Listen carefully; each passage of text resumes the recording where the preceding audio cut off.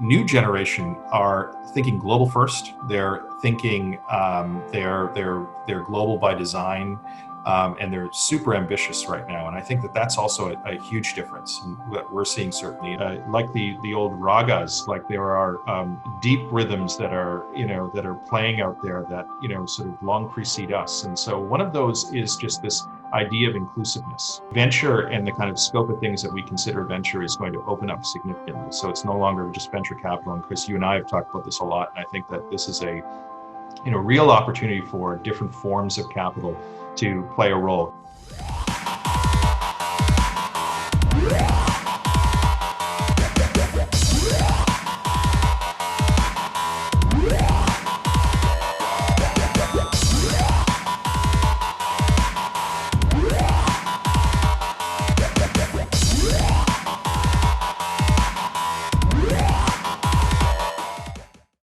The cloud is great. It solves a lot of real-world problems, but it's not just one cloud anymore. Public clouds, private clouds, edge clouds. The average business uses 5 different cloud providers. It's become chaotic and complex, with unpredictable costs, inconsistent security, multiple management tools, and different formats for workloads that span cloud platforms and providers. But it doesn't have to be that way. The Dell Technologies Cloud, powered by VMware, can be the one constant across your clouds.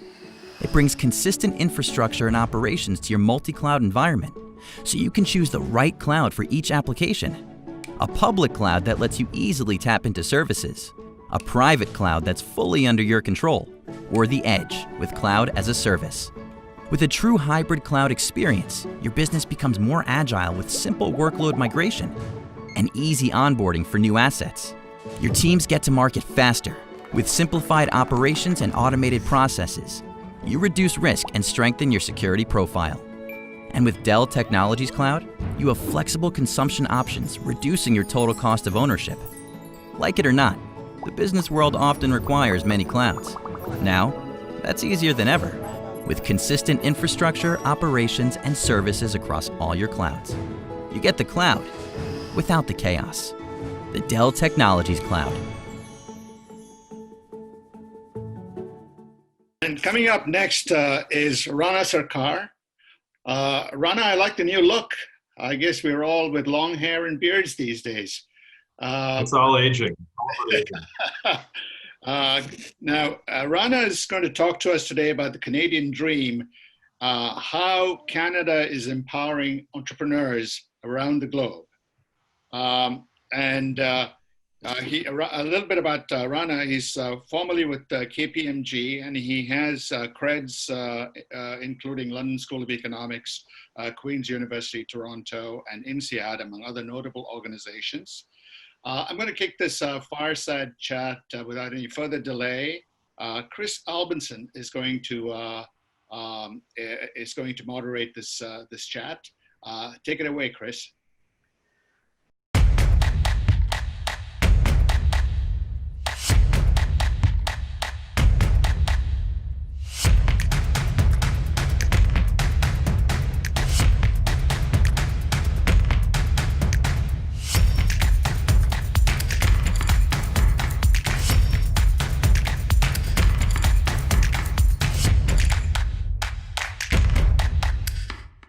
Thanks, Sada.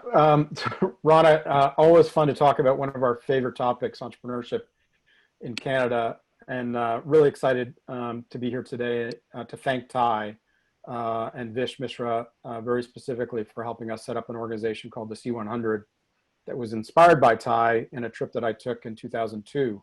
And just amazing to kind of see what's happened over the last decade after that support we got from Vish and Ty globally to try to drive innovation into Canada the same way we're seeing across the globe and in India specifically.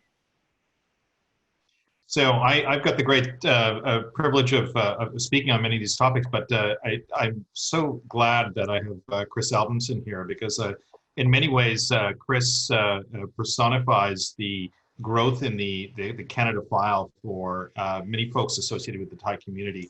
I personally am involved with the Thai community about well over 20 years since the beginning in a variety of guises here and the UK and within Canada as well, and so have been blessed with that connection. But I think that with Canada particularly, I mean, Chris was involved in spearheading an organization that was really inspired off of Thai.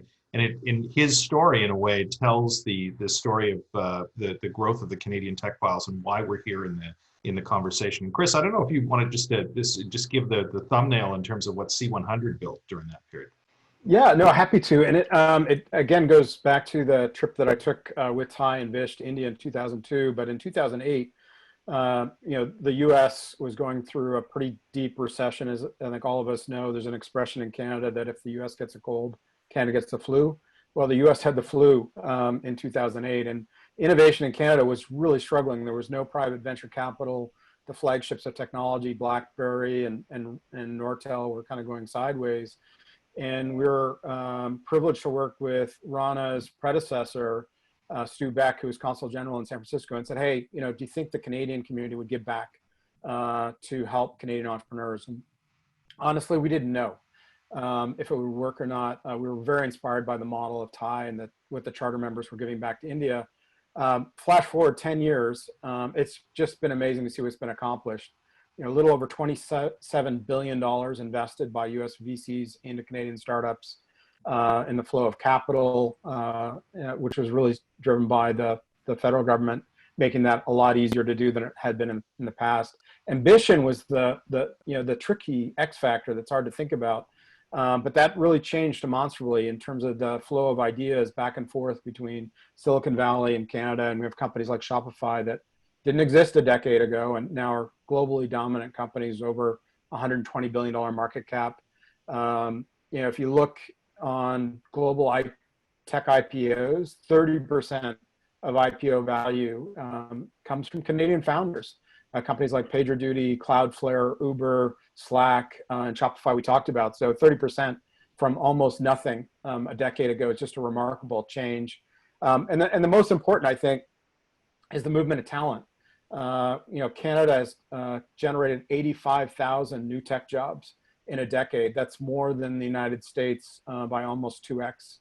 And for a country 1/10 the size, just a remarkable accomplishment. And many of the programs Canadian government has put together have driven that flow of talent.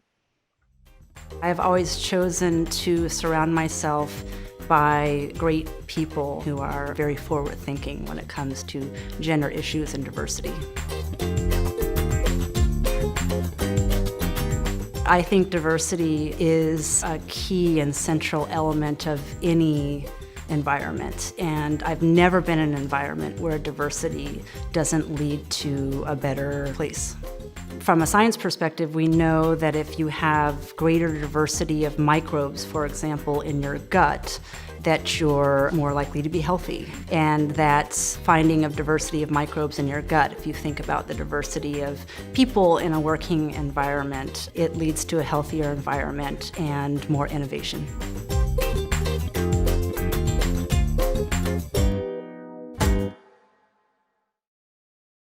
Well, that's fantastic, and it brings it really full circle. And in some ways, I think that the story of the origin story of and the kind of inflection point that Canada's at. I mean, most folks, just to level set here, probably have an idea that I think Chris had mentioned it, but Toronto itself added more tech jobs than San Francisco, Seattle, and the DC area alone in 2018, and which was. Yeah. Yeah, which was a significant number. And, Canada's sort of pushing the 40 million mark right now. Cities like Toronto, highest crane count in the Western world right now. Also, fastest growing city in North America by far. And it's 50% visible minority. Also, largely propelled by immigration, which is a very unique story. And so as a result, we talk about the Canadian ecosystem, particularly in tech, and tech is really the driver behind this, is at critical mass.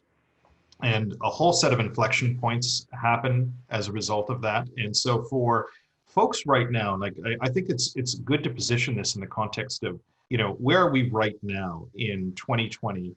making decisions about capital allocations, where we spend our efforts, both as individuals, but also as firms over the next few years. Where are we going to be putting those assets, and what are the kind of drivers behind that? And I think that if you look at those just very impartially around the world, if you're thinking about building a company, or if you're thinking about building a career, or you're looking to expand and grow to a global footprint, there are few places on the planet right now that offer the platform that Canada offers right now. And so we're really excited by it.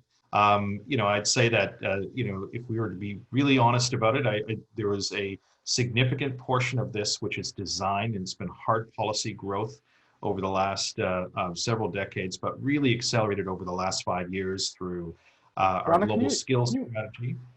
can you unpack that a little bit? Because Canada's always been a great place in terms of global immigrants from around the world to get educated. Going all the way back to Andy Grove and the folks that came out of Hungary in '56, passing through most of the Thai founders passed through Canada and Nortel and BNR, and then eventually went to the US. But we're seeing something different happen. Folks like Toby Luke, from an immigrant from Germany, deciding to stay in Canada and build a globally dominant company there. What's changed, making Canada the preferable place to build these companies?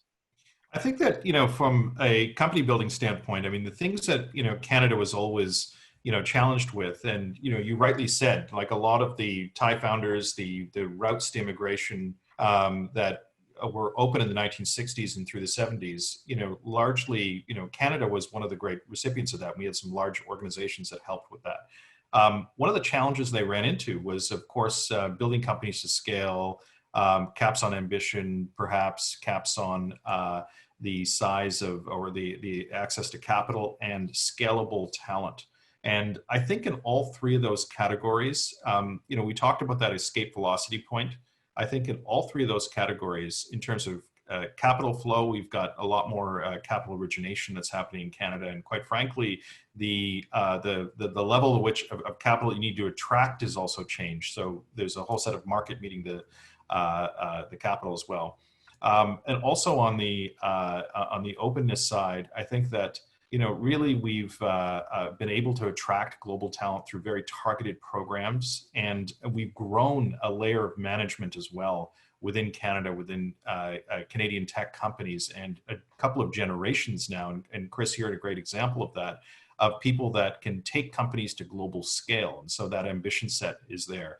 And so as a result, you're now sort of looking at, rather than sort of growing a company that you could only maybe grow in Silicon Valley a generation ago, or maybe, a couple of other spots around the world, you can grow in a variety of distributed ways. And so access to capital, access to talent, and access to that kind of global ambition. But the underlying variable there, and I think this is really sort of proven true in the COVID moment, is the embedded infrastructure of the communities that they're actually active in. And that's where healthcare, that's where, education, the scale of cities and clusters that have been built up in Canada really come to the fore. And that's the big differentiator right now that we're seeing. It's interesting talking to young entrepreneurs from around the globe. And I was involved in Techstars in Toronto in their first class. And I was just startled with the breadth of geography that those founders came from, from India, from Singapore, from Italy, from the UK, from China, all deciding to come to Toronto to start their companies. And you talk to them and ask them why.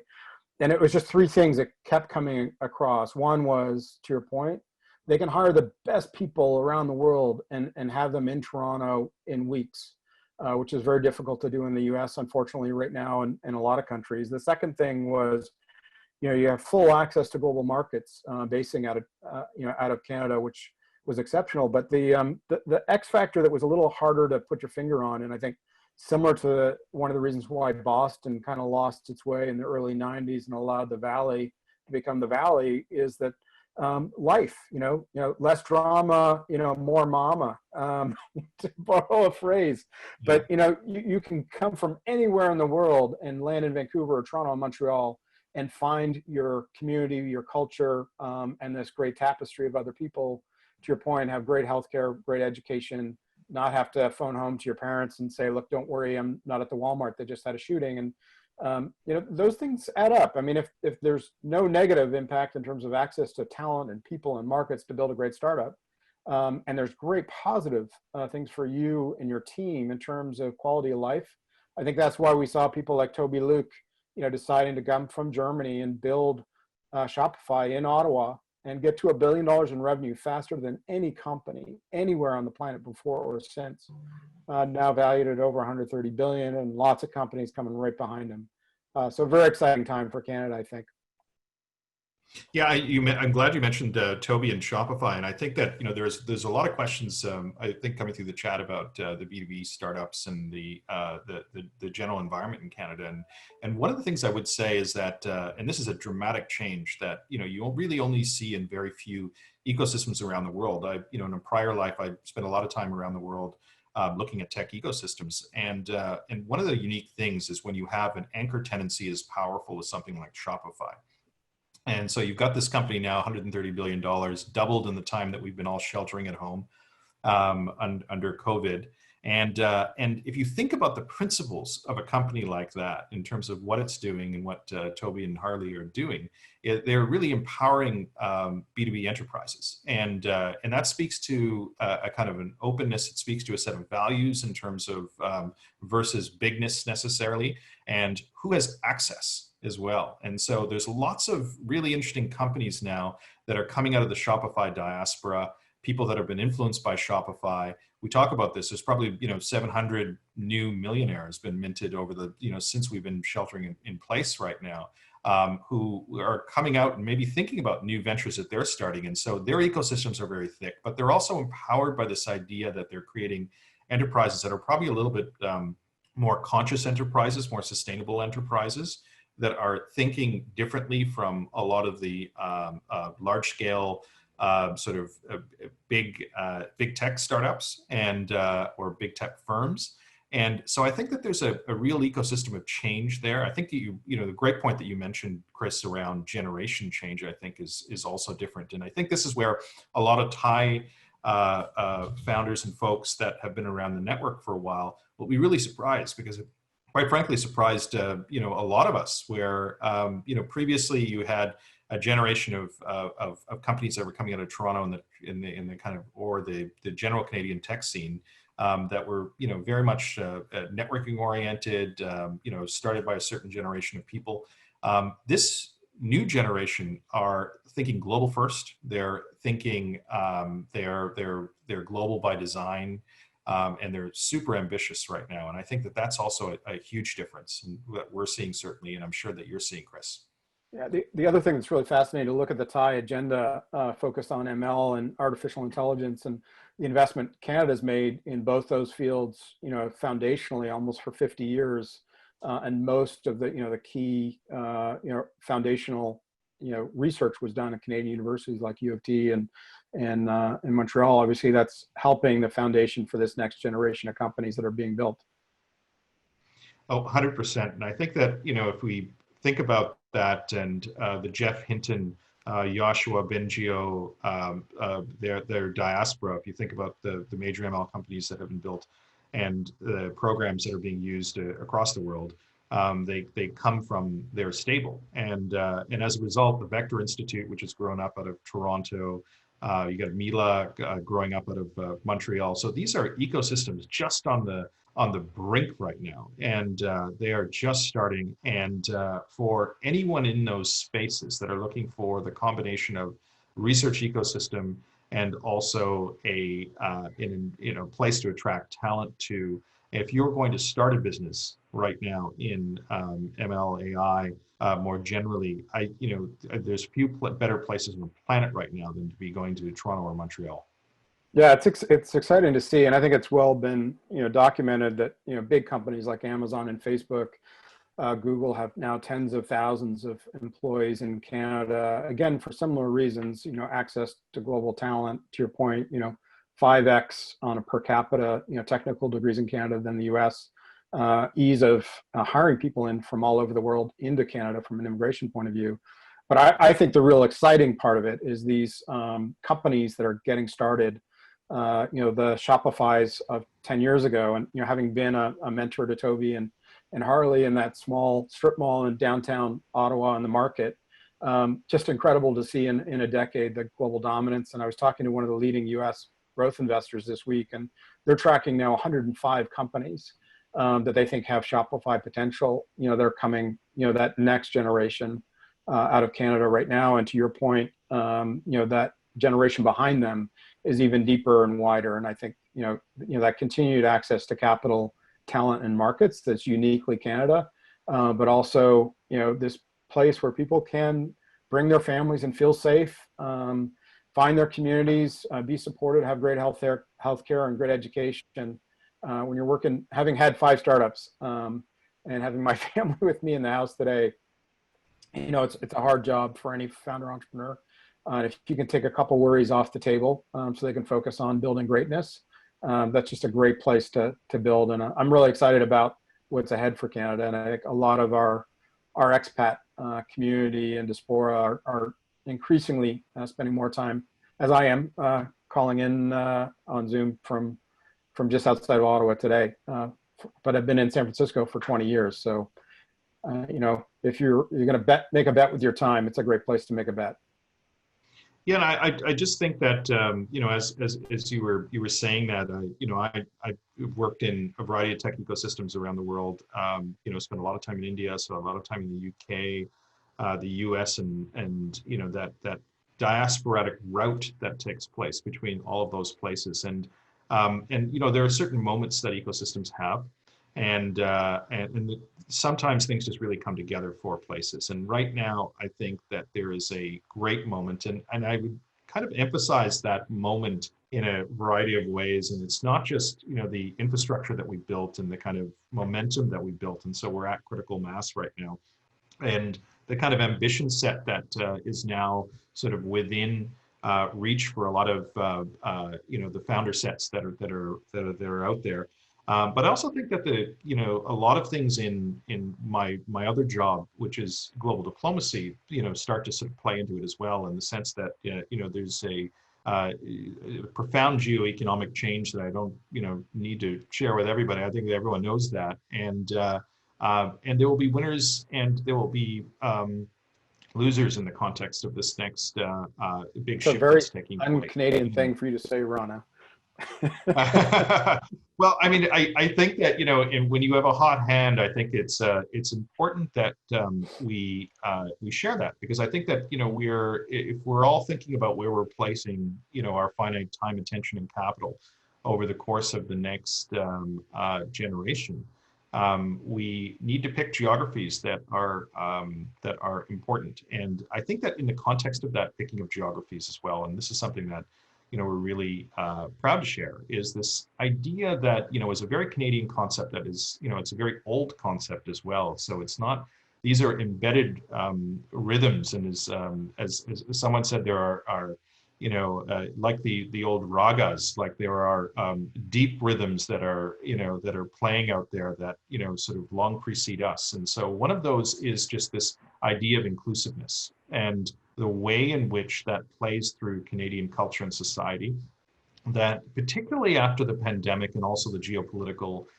challenges that we're seeing, that has an additional currency to it right now. And so this is where the diversity dividend that Canada has long been practicing, but really is starting to be honed as a both a public policy tool, but also a tool for competitiveness from organizations. We're really starting to see the benefits of that. And so some of that is built institutions. Like when you think about problem solving, to the ability for institutions like healthcare and education to work seamlessly.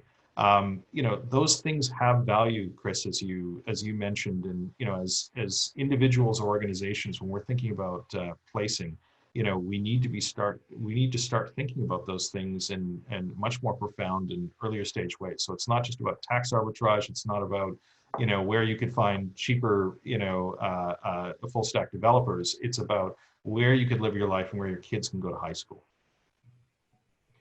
Rana, in the last decade, Canada's brought in $27 billion worth of U.S. Venture capital, now accounts for 30% of global IPO value. If you look at the IRR returns of Canadian venture versus US venture, Canada's now closed the gap and is kind of poised to accelerate and have better returns than US venture.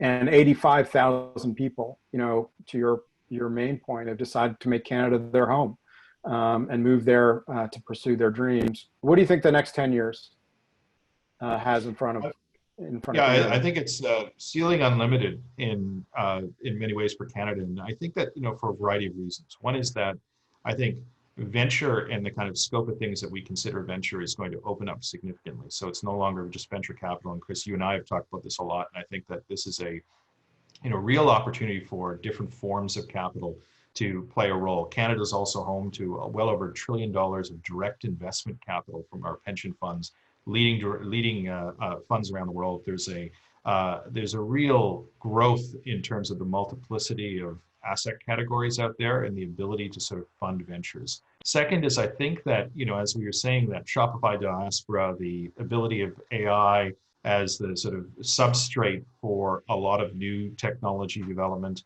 And the third, I would say, is a profound demographic and generational change that's taking place. And so, and I don't mean that lightly. I think that what we're really seeing is, we're seeing this globally, where we're seeing a sort of a new generation coming to power, as it were, both politically, economically, but also in terms of venture, to build organizations that really reflect their values and really reflect a whole set of digital first aspirations. And so I think that, look, I mean, we're sitting in I'm in the Valley right now, and, we are, while we've been sheltering in place, trillions of dollars of new economic value have been created on public listed companies and also privates. And what that really shifts or that reflects is the 10-year acceleration that everyone talks about that has taken place during the COVID moment. And I love that expression that Toby calls 2020 actually 2030. Everything just jumped ahead a decade.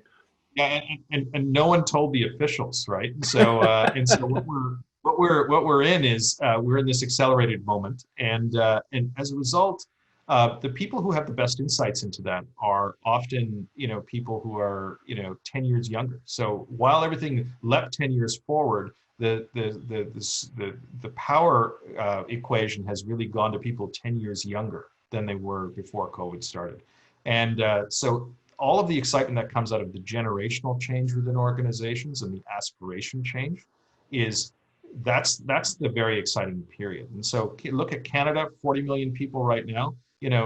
Who knows, in a decade's time, it may be on a trajectory to sort of grow that significantly. One of the few Western countries that are actually sort of growing at a decent clip. Look, it's going to be a little slower around COVID right now, but I think that we're going to see that aspiration turn back up, and we're going to see some significant changes. So I'm going to be very excited. Rana, we could talk all day. I really appreciate the time. So excited about the last decade. Again, a shout out to Vish Mishra and the whole Thai organization for supporting Canada. The relationship goes back a long time. Excited about where it's going to go.